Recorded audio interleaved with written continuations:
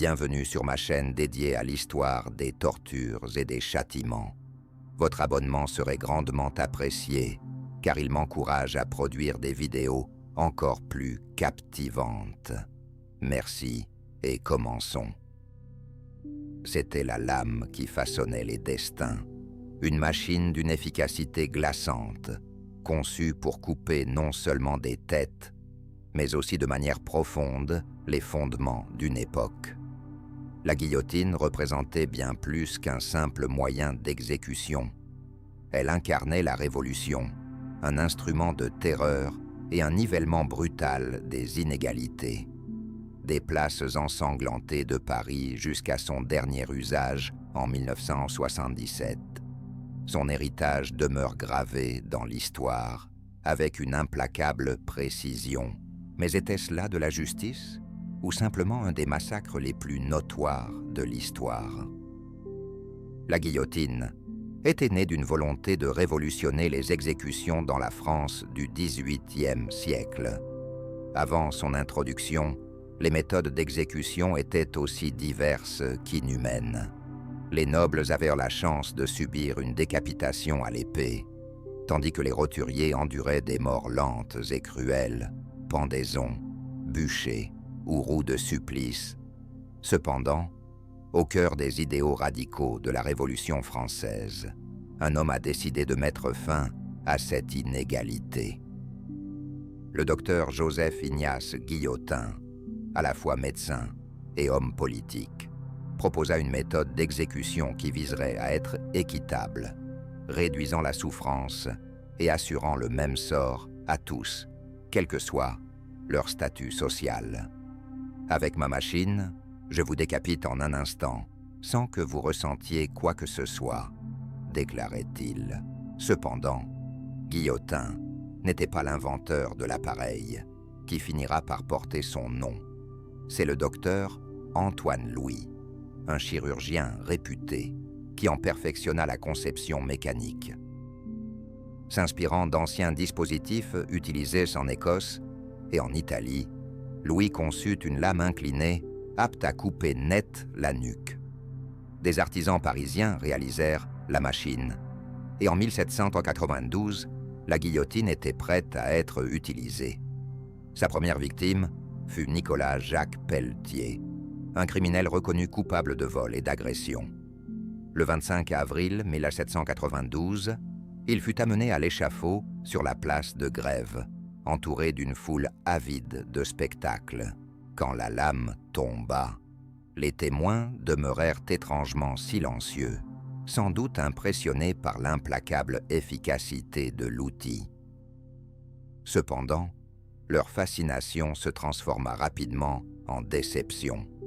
Ils avaient espéré un spectacle plus intense, et certains chuchotèrent que la guillotine, en rendant les exécutions si rapides, diminuait l'attrait du spectacle, ignorant que cet appareil allait bientôt couper les têtes de personnes bien plus célèbres. Les exécutions publiques prirent une tournure macabre avec la guillotine, qui devint rapidement une source d'obsession pour le public. Au cœur du Paris révolutionnaire, la place de la Révolution, jadis dédiée à la monarchie, se transforma en un véritable théâtre de la mort. Des milliers furent décapités, parmi lesquels le roi Louis XVI et Marie-Antoinette, dont les têtes tranchées furent exhibées sous les acclamations d'une foule en émoi. Les exécutions se transformèrent en spectacles réguliers, attirant des spectateurs de toutes les classes sociales. Au cœur de ce scénario macabre se trouvait la famille Samson, une lignée de bourreaux. Charles-Henri Samson, le plus illustre d'entre eux, a personnellement exécuté plus de 3000 condamnés.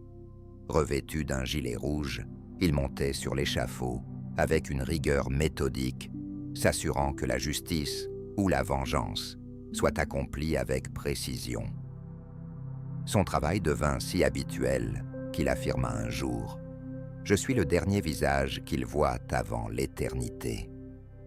Parmi les spectateurs, un groupe attirait particulièrement l'attention, les tricoteuses, Installées aux premières loges des exécutions, elles tricotaient, faisant résonner leurs aiguilles au rythme des têtes chutant dans le panier. Ces femmes, immortalisées par la littérature, incarnèrent un symbole glaçant de la banalisation de la mort publique. À l'origine pensée comme un symbole d'égalité, la guillotine était devenue un sordide divertissement de masse où la vie et la mort se jouaient devant un public assoiffé d'émotions et désensibilisé. Le règne de la terreur, la guillotine et les exécutions massives. En 1793, elle avait évolué de symbole de justice à instrument de terreur d'État. D'abord perçue comme un moyen d'exécution rapide, elle devint le pilier des purges politiques alors que la Révolution française sombrait dans la paranoïa et le sang. Sous Maximilien Robespierre, leader des Jacobins radicaux, la France entra dans une ère où le simple soupçon pouvait conduire à l'échafaud. La loi des suspects, adoptée en septembre 1793, élimina l'obligation de fournir des preuves tangibles lors des procès, permettant ainsi aux tribunaux révolutionnaires de condamner rapidement les ennemis présumés de la République. Initialement créé pour assurer l'équité, le système judiciaire se transforma en une suite ininterrompue de condamnations, entraînant environ 16 000 exécutions à la guillotine. Personne n'était épargné. Nobles, membres du clergé, révolutionnaires modérés et simples citoyens tombèrent sous la lame. Un des épisodes les plus marquants fut l'exécution collective des Girondins, le 31 octobre 1793. 21 politiciens influents, jadis ardents défenseurs des idéaux révolutionnaires, furent exhibés dans Paris à bord de charrettes, avant d'être décapités de manière méthodique. Leur exécution signa la victoire de l'extrémisme et illustra comment la guillotine était devenue un instrument d'élimination politique. Cependant, Robespierre lui-même ne fut pas épargné par l'appareil qu'il avait utilisé avec tant de cruauté. Alors que la peur s'intensifiait autour de son régime, il fut arrêté en juillet 1794. Son exécution, célébrée par les mêmes foules qu'il avait jadis admirées, annonça la fin du règne de la terreur. La guillotine, jadis symbole de la justice révolutionnaire, était devenue une machine qui absorbait ceux qui l'avaient mise en place. Le dernier acte de la guillotine, la dernière exécution en 1977, à mi-chemin du XXe siècle, cette machine, autrefois symbole de justice révolutionnaire, était devenue une sombre relique du passé. Étonnamment, elle demeura la méthode officielle d'exécution en France jusqu'en 1977. Bien que les exécutions publiques aient disparu depuis longtemps, les décapitations se poursuivaient en privé au sein des prisons. Le dernier chapitre de l'histoire tragique de la guillotine s'écrivit avec l'affaire de Hamida Djandoubi, un homme d'origine tunisienne reconnu coupable de meurtre. Ces crimes, d'une violence notable, ravivèrent le débat sur la nécessité de conserver la peine de mort en France. Condamné en 1977, il fut transféré à la prison des Baumettes à Marseille, dans les premières heures du 10 septembre. Pendant que les bourreaux mettaient en place la machine, Djandoubi fut attaché à la bascule, la planche en bois, qui disposait les condamnés sous la lame. En quelques secondes, la guillotine frappa une dernière fois, marquant la fin de près de 2 siècles de décapitations officielles en France. La société avait évolué et le pays se trouvait à un tournant décisif.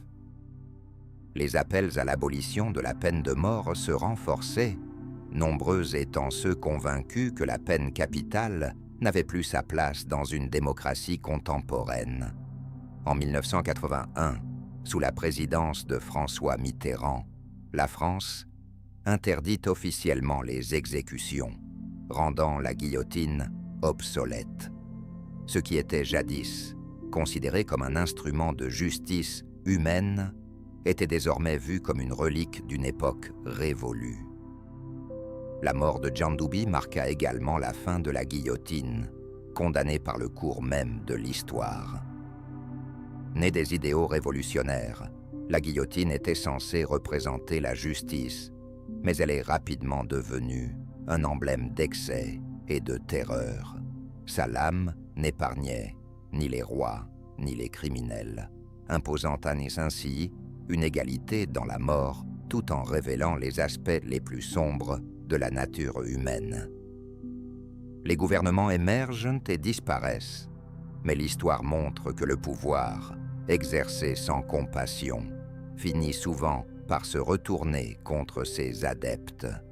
La question se pose alors: la guillotine fut-elle un passage nécessaire vers la justice, ou un spectacle macabre qui mettait en lumière les échecs de l'humanité? Partagez vos opinions dans les commentaires. Comme le soulignait Victor Hugo, la mort ne revient qu'à Dieu. De quel droit les hommes interviennent-ils dans ce domaine mystérieux?